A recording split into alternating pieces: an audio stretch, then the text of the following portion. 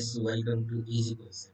आज हम लोग देखेंगे इम्पोर्टेंस ऑफ सॉफ्टवेयर इंजीनियरिंग जो हम पिछले वीडियो में देख चुके थे। सॉफ्टवेयर इंजीनियरिंग का introduction and needs of software engineering. आज हम लोग देखेंगे सॉफ्टवेयर इंजीनियरिंग का इम्पोर्टेंस क्या क्या है। सबसे पहला इम्पोर्टेंस है कि ये जो सॉल्व करता है कोई भी चीज़ को रियल वर्ल्ड में, रियल वर्ल्ड प्रॉब्लम्स को सॉल्व सोल्यूशन देता है। सेकंड नेक्स्ट पार्ट है कि ये सपोर्ट करता है आपकी बिजनेस में, इंडस्ट्री एंड गवर्नमेंट ऑर्गेनाइजेशन में। एंड नेक्स्ट करता है ये enable development of large and complex software. बहुत बड़े सारे चीज जो अपने प्रोजेक्ट है उसको डेवलपमेंट करता है लार्ज कॉम्प्लेक्स सॉफ्टवेयर सिस्टम में। नेक्स्ट है improve the productivity and operational efficiency. मतलब कोई भी चीज को कोई इम्प्रूव करता है प्रोडक्ट को एफिशिएंसी और ये बहुत सारे लार्ज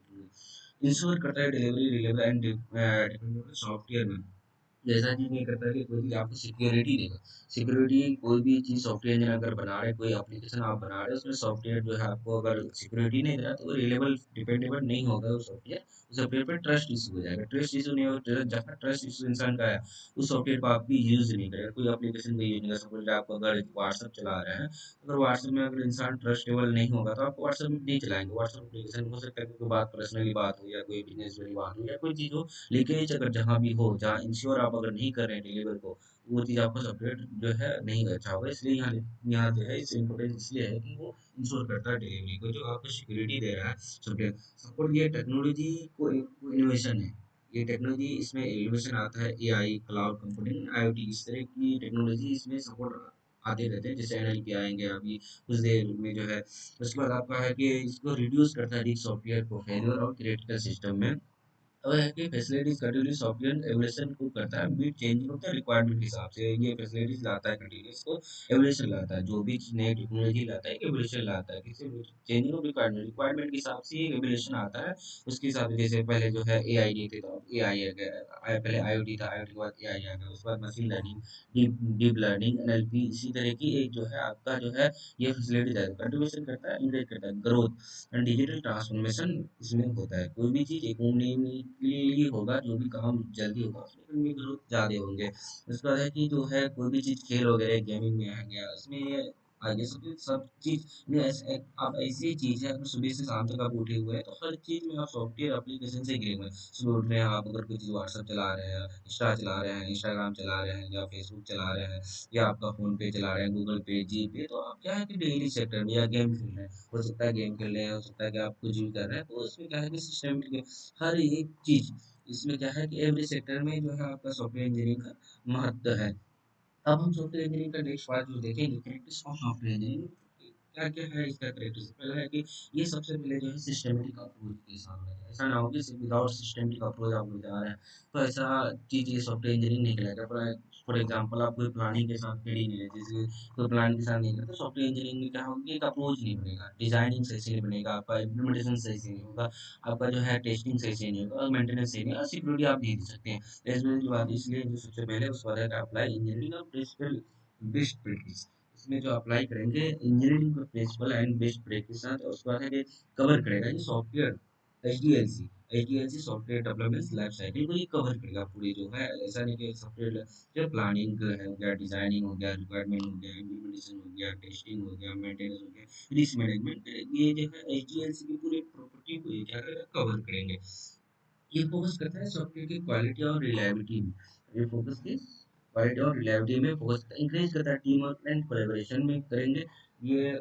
ऐसा नहीं होगा कि टीम वर्क के साथ ही कोई भी सॉफ्टवेयर बनाएंगे उसके लिए कोलैबोरेशन करेंगे।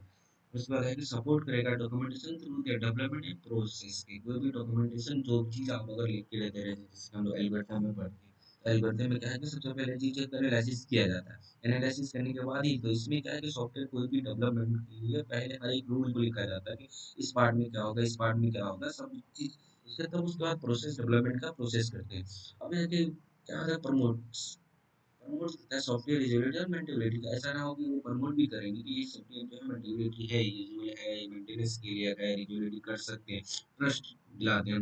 वो एडप्ट करता है चेंजिंग कस्टमर की रिक्वायरमेंट एडप के हिसाब से जैसे कि कस्टमर को चाहिए अगर पैसा ट्रांजेक्शन कर रहा है मनी ट्रांजेक्शन तो आप फोन पे गूगल पे तो एक ट्रस्ट दिलाया है क्योंकि आप गूगल पे फोन पे से अगर का पैसा कोई ट्रांजेक्शन कर रहे हैं वन बैंक से टू अदर बैंक में अदर इसको तो वो ट्रस्टेबल है कि पैसा इजीली उस पे रिसीव होगा ऐसा ना हो कि पैसा आप इधर से सेंड करें उसके बैंक में रिसीव नहीं तो ऐसा ट्रस्टेबल एडप करता है कस्टमर की रिक्वायरमेंट के हिसाब से। अब हो सकता है कि ऑनलाइन कोई परचेस बैच कर रहे हैं उसमें ट्रस्टेबल हो तभी आप इजीली करेंगे तो इसलिए कि एडोब एक चेंज कंज्यूमर बेस्ड रिक्वायरमेंट के हिसाब से इंश्योर करता है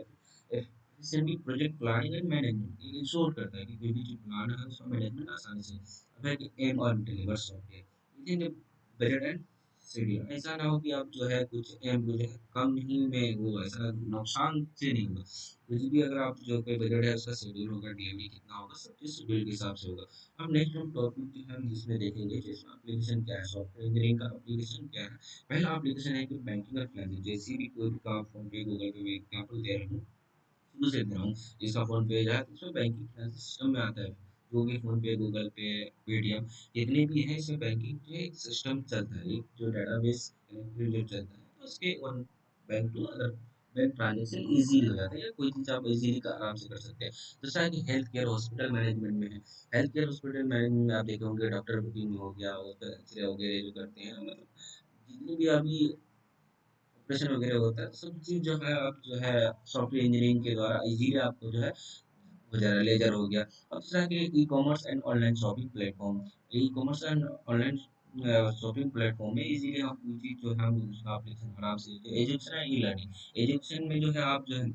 ये जैसे कि ये जो आप पढ़ रहे हैं ये आप आराम से आप परचेस कर पाते हैं या आप देख पाते हैं कि लर्निंग के सिस्टम में कोई भी एप्लीकेशन जैसे यूट्यूब में हो गया किसी चीज में हो गया फेसबुक में देख रहे हैं कहीं भी देख रहे हैं तो ये चीज आप देख रहे हैं एजुकेशन कहने को पहले क्या होता था कि कहीं आप जाके स्कूल वगैरह भी जो कोई भी टॉपिक आपको समझ में नहीं आ रहा तो फिर गाइड लेना पड़ रहा था आपको जो है उसको समझने के लिए किसी सीनियर से या किसी फैकल्टी से या किसी आपको अपने टीचर से गाइड लेना पड़ता अब क्या है कि आपको कुछ समझ में नहीं आ रहा था एक एप्लीकेशन खोले यूट्यूब उसके जरिए आप जो है अच्छी चीज आप जो है उसको एजुकेशन ले सकते हैं ई लर्निंग सिस्टम हो गया mobile and web application mobile से ही आप देख सकते हैं वेब एप्लीकेशन से आप इजीली जो है परचेस कर सकते हैं या देख सकते हैं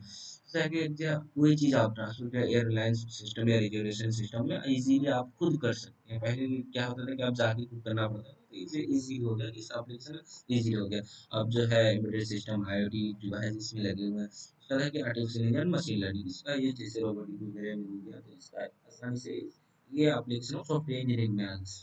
cloud computing and enterprise software cloud computing में क्या क्या है कि सॉफ्टवेयर एंटरप्राइजिंग सॉफ्टवेयर के हिसाब से आता है सर गेमिंग एंटरप्राइज सिस्टम कोई भी गेम खेलते हैं आप जैसे पबजी वगैरह बच्चे को खेलते हैं तो उसके इसमें आगे एंटरप्राइज सिस्टम में वगैरह जो है आ जाते हैं। अब जो हम अगले बात करेंगे नेक्स्ट वीडियो में